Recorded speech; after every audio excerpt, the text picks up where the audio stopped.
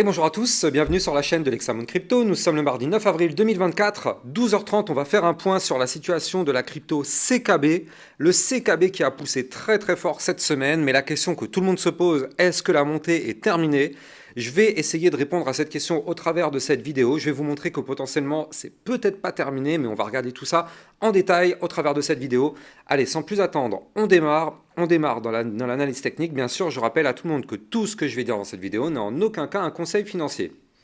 Alors, la crypto CKB, qu'est-ce qui se passe? Eh bien là, on le voit, cette semaine, depuis maintenant plusieurs jours, c'est une crypto qui a juste littéralement explosé. Alors, pour tous ceux qui sont abonnés à ma chaîne YouTube, souvenez-vous, je vous en avais parlé, là, c'était ici, le 6 avril, je vous avais dit que c'était une crypto à surveiller de très près parce qu'on était vraiment à deux doigts de faire le fameux breakout de notre triangle de compression. Et donc là, à partir du moment où le breakout a été fait, la crypto a pris, si on va chercher le top, plus 71,12%. Donc ça, on va pas se mentir les amis, je pense que dans votre poche, il y a une grande partie de ces 60% qui sont dans votre poche. Du moins, tous ceux qui ont vu ma vidéo, je pense que vous avez dû vous mettre bien quand même. Maintenant, là, la question, est-ce que le pump est terminé? Eh bien écoutez, regardez ça. Là, on voit qu'ici, on avait notre triangle de compression. Tac. Accompagné d'une ligne de tendance haussière en vue jour, ça a été breaké par le haut. Signal d'achat, on décolle. Ok, on a eu un pump, on a eu les 70%, c'est bien. Mais regardez ça. Si je dézoome, hop là, comme ceci, et que du coup, on regarde bien par rapport à tout ce qui s'est passé avant. Et bien là, on voit que notre crypto CKB, dans un premier temps, elle a été chercher le niveau 1,618 Fibonacci. C'était un niveau que je vous avais donné en grosse résistance, au fameux 0,032 799. Et bien regardez ça, on a été chercher le niveau clé. Pour l'instant, on est en train de se faire rejeter par celui-ci. Donc là, on ne peut pas aller plus haut tant qu'on ne break pas ce niveau clé. Mais en tout cas, on a été quand même chercher ce gros niveau Fibonacci. Maintenant, là, quand on dézoome et qu'on regarde par rapport aux anciens niveaux, eh bien, qu'est-ce qu'on voit? On voit que là, si jamais on arrive à clôturer la semaine au-dessus du dernier point haut, donc c'est-à-dire celui-ci, donc le niveau clé, il était ici, c'était en novembre 2021, il était à 0,032 389. Donc là, ce serait déjà parfait de clôturer la semaine, parce que là, vous le voyez, je suis en vue hebdomadaire. Donc, si on arrive à clôturer la semaine au-dessus du dernier point haut, eh bien, c'est bien, parce que ça voudrait dire que ce dernier point haut se transforme alors en zone de support. Et le mieux, ce serait vraiment d'aller chercher cette fois-ci l'ATH. Donc là, ici, l'ATH qui se trouve à 0,036 249. Ça, ce serait vraiment notre joli niveau clé à breaker une bonne fois pour toutes pour aller faire de nouveaux ATH.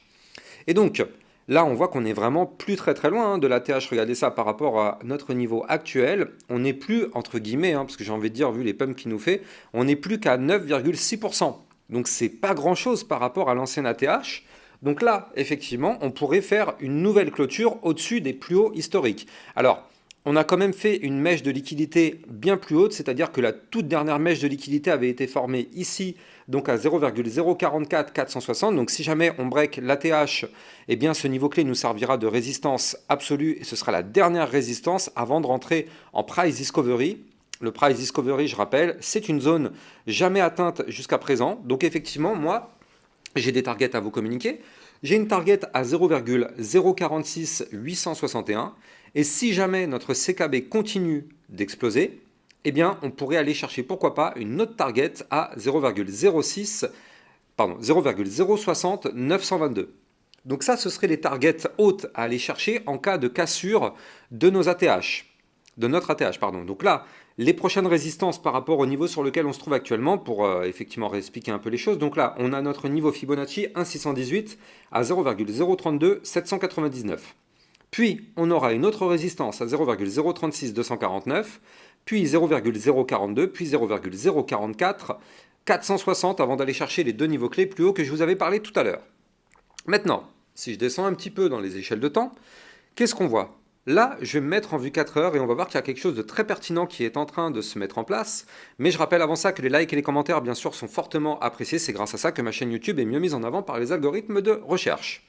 Je rappelle aussi, si vous êtes intéressé, là en ce moment, sur Ledger, il y a une offre vraiment hyper intéressante pour fêter le halving du Bitcoin. il vous propose effectivement pour l'achat d'une Ledger par exemple Nano X, eh bien on vous offre 30 $ en Bitcoin. Pour l'achat d'une Ledger Nano S, 20 $ en Bitcoin. Bref, c'est très intéressant, ça va durer que 7 jours. Donc c'est une offre assez intéressante, il faut en profiter pour tous ceux qui n'ont pas encore de Ledger. Je rappelle qu'une Ledger, ça permet de sécuriser ses crypto-monnaies en cas effectivement de plateforme d'échange qui se fait pirater ou qui bug ou qui se fait fermer. Hein. Voilà, donc là c'est une solution vraiment alternative pour vraiment sécuriser vos cryptos. Donc si vous êtes intéressé, vous allez trouver en description de cette vidéo mais aussi sur mon Twitter officiel, eh bien, le lien qui vous permet d'obtenir aussi, en plus de ça, un petit bonus de 5 $ sur votre cadeau de Bitcoin. Donc c'est toujours ça de prix, c'est pas beaucoup, mais c'est toujours ça de prix.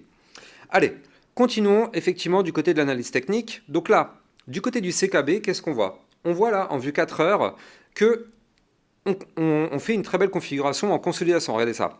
On pump, on consolide. On pump, on consolide. Donc là, on arrive maintenant sur des niveaux clés. On est sur des niveaux clés qu'il va falloir breaker si jamais on veut continuer de pousser.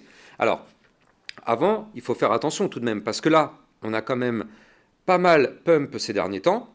D'ailleurs, il faut jeter un petit coup d'œil aussi du côté du RSI, hein, là, parce que quand même, il faut le noter, on est à 80 du côté du RSI. Donc déjà, on est clairement dans une zone de surachat. On est actuellement sous une grosse résistance, les 1,618 Fibonacci. Donc là, effectivement, ce serait quand même une belle zone pour un potentiel retracement. Donc là, est-ce que le pump est terminé? Pour l'instant, oui, sauf si on break les résistances données, mais on est quand même, au niveau des indicateurs, sur des belles zones sur lesquelles on pourrait avoir un retracement. Parce que bien sûr, on le sait, hein, chaque fois qu'il y a un pump, il y a un retracement. Et donc là, qu'est-ce qu'on voit? On voit que là, on arrive sur un niveau clé. Donc là, du côté de notre figure chartiste en vue 4 heures, on va avoir deux solutions possibles.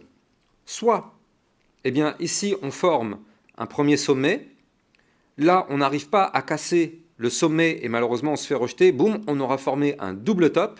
Figure chartiste de retournement baissier, on s'effondre.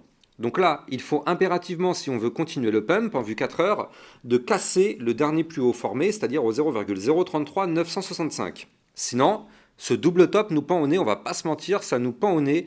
Et de toute façon, après le pump qu'on a connu, à un moment donné, il faut bien se dire qu'il y aura un retracement. Donc ça pourrait arriver à ce moment-là. Si jamais on forme un double top, la première target théorique à revenir chercher, ce serait les 0,028 427, voire même le support des 0,027 380, ou bien encore le support des 0,024 691. Ce qui pourrait former effectivement un potentiel retracement d'environ 16, voire même 20% en cas malheureusement de retracement baissier. Donc ça c'est le cas de figure négatif, mais qu'il faut quand même bien garder en tête parce que après le pump qu'on a eu, à un moment donné, on va forcément avoir ce retracement. Et deuxièmement, par contre, on peut aussi continuer un petit peu le pump si jamais on arrive à breaker ici le dernier point haut, donc je redonne 0,033 965, ce serait notre dernier point haut. Et donc là, qu'est-ce qu'on formerait? On formerait ici une sorte de petite anse sur le côté. En général, quand on fait ce type de pattern et qu'on valide, ce serait pour continuer d'aller chercher des points hauts. Donc si jamais effectivement on arrive à valider ça, prochaine zone de résistance 0,036 249, puis les fameux 0,042. Donc là, on est vraiment sur cette phase d'indécision. C'est pour ça que là, il y a quand même des chances, des risques plutôt de retracement. Là, après le pump qu'on a connu, de toute façon, beaucoup de personnes se disent « Ouais, c'est bon, moi je vais rentrer, c'est to the moon ». En fait, il faut se poser la bonne question. C'est pas après un plus 70% qu'il faut rentrer, c'est bien avant, forcément. Quand on a fait un pump de 70%, on doit s'attendre à un moment donné, et c'est parfaitement logique, à un retracement quand même. Donc oui, il faut se méfier. Il faut se méfier.